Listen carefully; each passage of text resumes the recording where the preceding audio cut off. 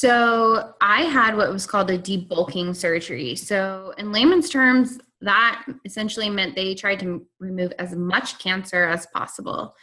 So I had the full hysterectomy, but they also removed my appendix, my gallbladder, pieces of a lot of different organs. I remember my pathology report had 16 different things listed of things that they had either fully removed or portions that they had removed. I don't know if I've said this yet in this broadcast, but I was stage 4 ovarian cancer. So those of you with any familiarity with staging in the cancer process means I was the latest stage that you can get. And so it meant that the cancer had metastasized. It had metastasized all throughout my reproductive system, onto my bowels. They found some in my peritoneal and my stomach fluid. And so the debulking surgery was, again, trying to remove as much cancer as possible.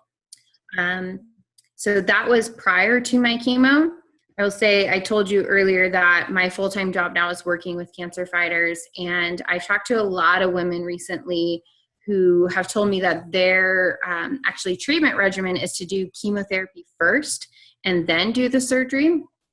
And so I was just talking to a lady this week about this, that I wanted to follow up with my oncologist about why that was, because she was also diagnosed with stage 4 ovarian cancer, but she was doing her chemotherapy prior to her surgery.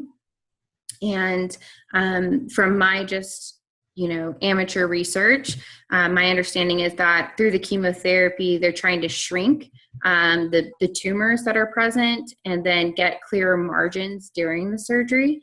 And then a lot of times we'll follow up with additional chemo after surgery. So I am seeing that a lot more in people that I work with and talk to, that they're doing chemo, then surgery, then more chemo.